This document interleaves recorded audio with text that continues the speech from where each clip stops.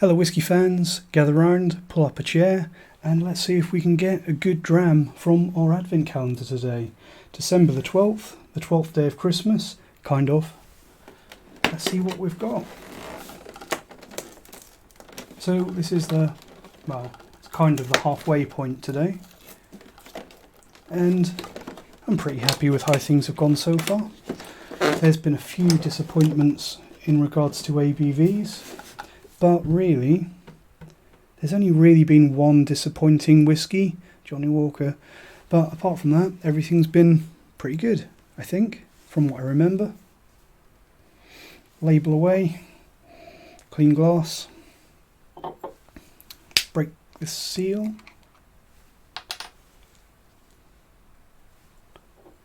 And let's try not to pour it everywhere.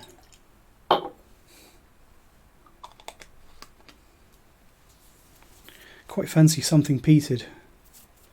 You're all going to think that I'm cheating if this turns out to be a Lafroig 10-year-old cask strength, or what's expensive from Lafroig, the 25-year-old, which to date no one has ever tried because it's just insanely expensive.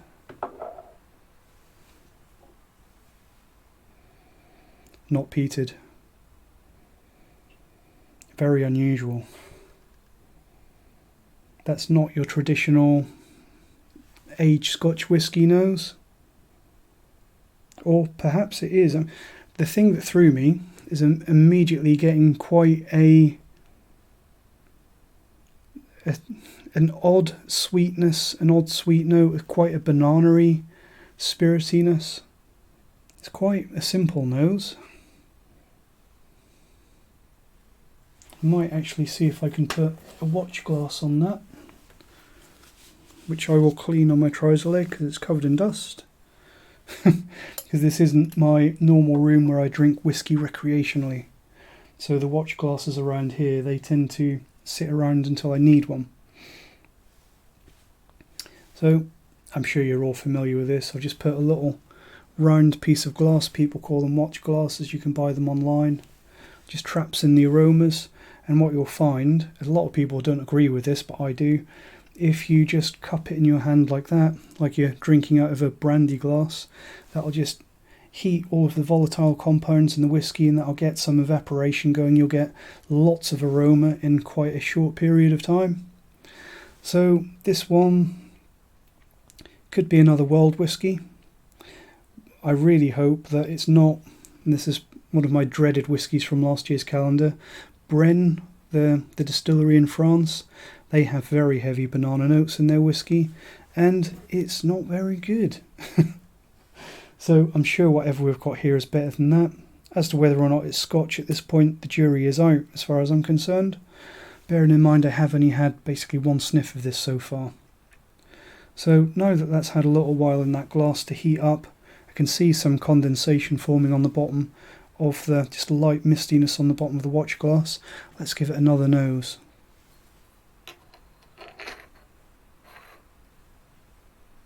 Definitely very unusual. Something a little bit Old Pulteney about this one. Like an Old Pulteney doesn't smell as nice as the Old Pulteney 17, and it's not got the heaviness of the sherry on the Old Pulteney 21, both of which are discontinued now. But it is quite, I want to say simple, but simple's not the right word because that has negative connotations. It's quite narrow and focused. There's some sweet fruity maltiness, a little bit of a citrus fruitiness, bit of honey, malty, and what's making me think Old Pulteney is that there's a definite salty, briny, maritime quality to this whiskey on the nose. So, an odd one. The fact that it has some Old Pulteney sort of DNA in it, but it's a bit substandard, makes me wonder if it's maybe the Old Pulteney 18-year-old, because I've probably said before that I don't think that the current rebranding, the current range of Old Pulteney is as good as the old brand.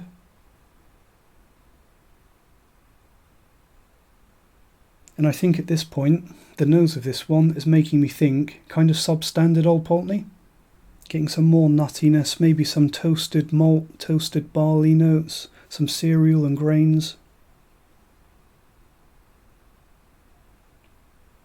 I think it's not a guess, because I don't think this is Old Pulteney, but my comparisons to this and the new Old Pulteney 18-year-old, which I'm not hugely thrilled with, I think that this could be an 18-year-old whiskey, but again, not a craft presentation, so it's kind of been sort of hobbled a little bit by maybe a low ABV. And they're saying that we'll get a better idea of the ABV when we actually taste it, so let's take a sip.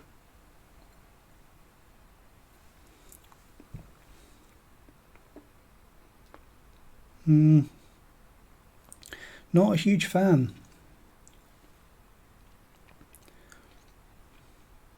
On the palate, it tastes even less well-aged than it smells, and that's a little bit of an odd thing to say, but I'm basically going into all of these assuming that they'll all be probably, or mostly, 16 years and up. Premium Whisky Advent Calendar, you expect old whiskey in here, and on the nose of this one, it kind of has some slight hints that it's old, but when you taste it, those mainly go away. So yeah, a little bit of like an Old Pulteney light on the nose, like a poor imitation of Old Pulteney. I think I was right to put the watch glass on there to try and trap some of that aroma in, to try and focus it a little bit, because it's not particularly forthcoming with the flavours, especially on the palate, where I think this is going to be another one at a very low ABV. So that's a little bit disappointing. 2 days in a row. I'm pretty sure we're going to have 2 days in a row where we've got a 40% ABV whiskey. So that's not very good. So Master of Malt, get your act together, basically. If you're going to put these 40% whiskies in there, at least spread the disappointment out. Anyway, let's have another sniff. And probably not going to guess on this one. I don't think it's Old Pulteney, and I don't think I'm going to be able to guess what it is either. So on the nose, after having that watch glass on there to try and concentrate things to get a bit more out of it, it's mainly just sort of concentrating the alcohol.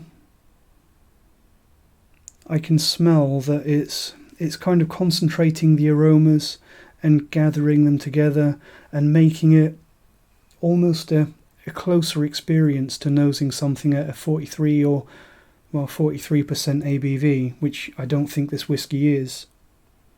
So we're helping it, giving it a little bit of a crutch there.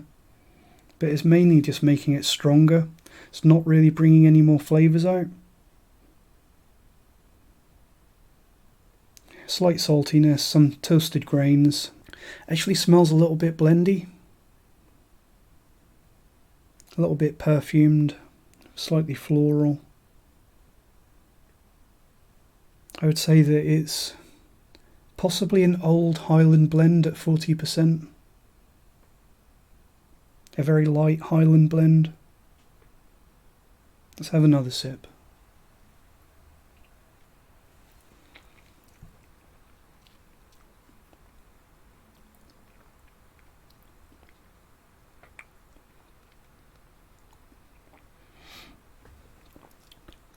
I think this one it has a nice sweetness that greets you on the very front of the palate, but then it just goes away. I think this is probably one that a lot of very, very new whiskey drinkers will probably appreciate, but I'm going to guess that probably a blend, and I'm going to guess that the price of this one is probably far too high to recommend this to anyone that's new to whiskey. I think the main plus point of this whiskey is that it's quite inoffensive. A little bit, faint hint of grapefruit on the nose coming through there. It's something that's developed later on.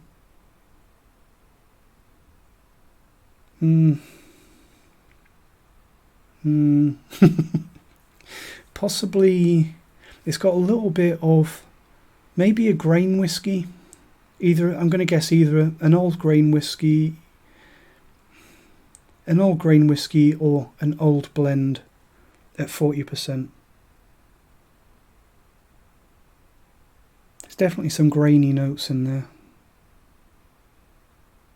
Slight cardboard, coconut, vanilla, just slightly neutral cask notes.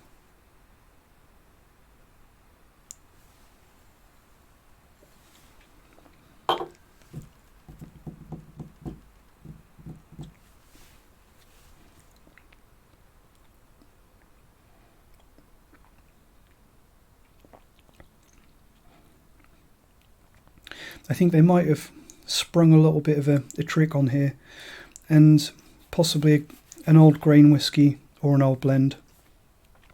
So let's go for the reveal. Sad to say that I think the low ABV and how neutral this one is, I'm going to say it might be a new candidate for the bottom of the leaderboard. House of Hazelwood 18-year-old, 40%. So bang on with a low ABV, although we're getting used to them now. I'm getting good at spotting old expensive whiskey that's bottled at a crap ABV, sadly. And it is a blended Scotch whiskey, so that's where the grain notes are coming from that I noticed there. So House of Hazelwood, that's not one that I'm familiar with. It is 18 years old, so that was a bit of a waste of 2 decades because they've bottled it at 40%. I'm not familiar with that one. Let's do a little bit of research.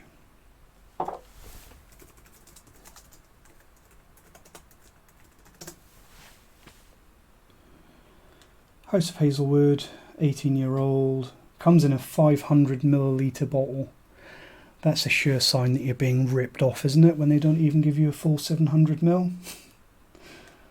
It's actually sold out. Entry-level expression, entry-level? At 18 years old? From William Grant's spectacularly handsome House of Hazelwood blended Scotch whiskies inspired by the 1920s. And the bottle, to be fair, does look very 1920s. Whiskies aged for at least 18 years comes presented in a bottle in a box that wouldn't look out of place on J. Gatsby's drinking trolley. £60. So that's not as horrendously overpriced as it could be, but for what it is, I think that is very horrendously overpriced. So it's a William Grant's product. So probably lots of grain whiskies from the Girvan Grain Whisky Distillery, which is owned by Grant's. Can't remember off the top of my head if Grant's own any other grain distilleries, but definitely quite grain heavy in this one. So yeah, that's about all we can say about that. And I'm feeling like a bit of a broken record here. Let's hope for something better tomorrow. Thanks for joining me, and look forward to hearing your comments on this rather disappointing one. I'm sure some people will like it. If you like your whiskies on the very light and neutral side, this is probably not a bad one, apart from the price. Let me know. Thanks for watching. See you tomorrow. Cheers.